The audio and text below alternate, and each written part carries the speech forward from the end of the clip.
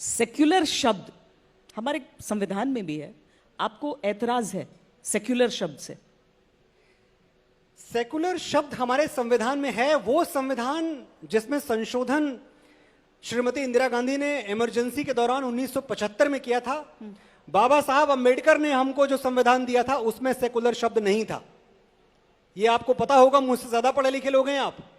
1975 में जबकि हमारे लोकतंत्र को उठा के कटघरे में डाल दिया गया, हथकड़ियां बेड़ियां पहना के सलाखों के पीछे फेंक दिया गया, उस वक्त तो मनमानी चल रही है आपकी। आपने प्रियम्बल में जोड़ दिया, कॉन्स्टिट्यूशन के प्रियम्बल में सेकुलर शब्द जोड़ दिया। और सुप्रीम कोर्ट ने भी एक बार कहा था, मैं सबको याद दिलाना चाहता हूं कि कॉन्स्टिट्यूशन का जो प्रियम्बल है उसको बदलने का अधिकार किसी सरकार को, किसी पावर को नहीं है, लेकिन वो बदला गया। सेकुलर आप अगर देखें, मुझसे ज्यादा पढ़े लिखे लोग यहां हैं, ये एक बड़ा विदेशी कॉन्सेप्ट है, बड़ा पश्चिमी कॉन्सेप्ट है। अमेरिका में, यूरोप में, ब्रिटेन में जहां के चर्च रूल करता था सरकारों को, वहां सेकुलर होना जरूरी था ताकि चर्च की दखलंदाजी सरकार के काम में ना हो। हमारे यहां तो किसी मठ ने, किसी मस्जिद ने, किसी चर्च ने सरकारों को रूल नहीं किया। तो आपने हमें वो दवाई क्यों दे दी जो हमें बीमारी ही नहीं थी?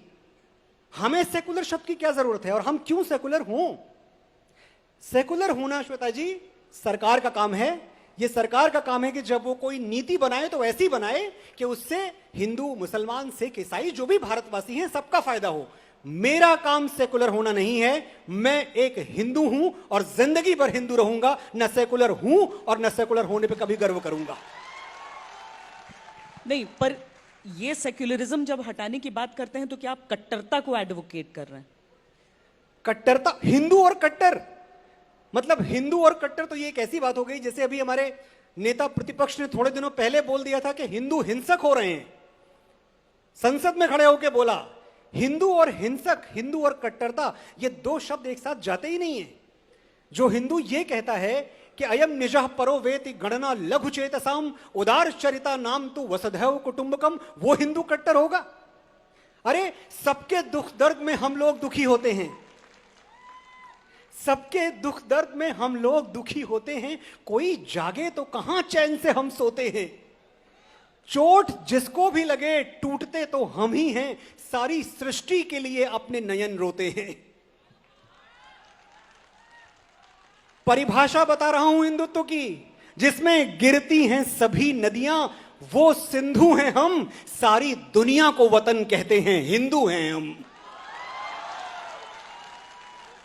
और आपको पूरी दुनिया में सनातन के अलावा आप कोई इतिहास उठा के दिखाएं जहां आपको ऐसे लोग मिले हों जिन्होंने प्राणी मात्र का, जानवर तक का भी आदर किया हो। मैं महाराष्ट्र से आया हूं, संत नामदेव हुए थे वहां।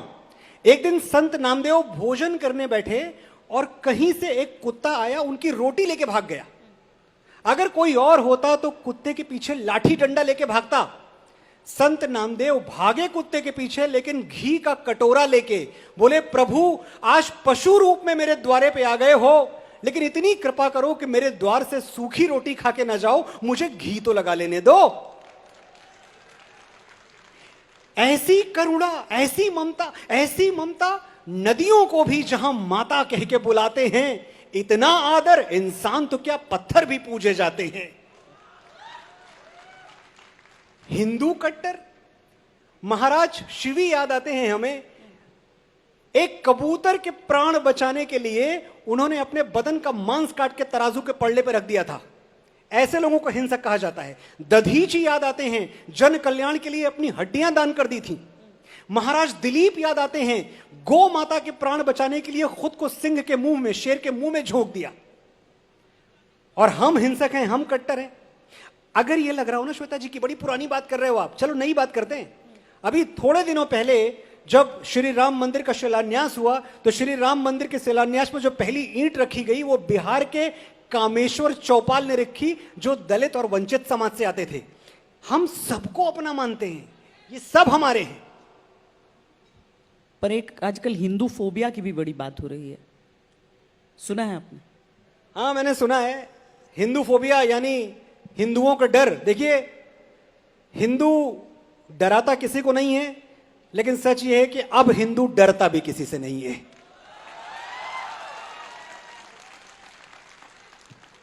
इनसे, उनसे या आपसे नहीं, डरते तो हम किसी के बाप से नहीं।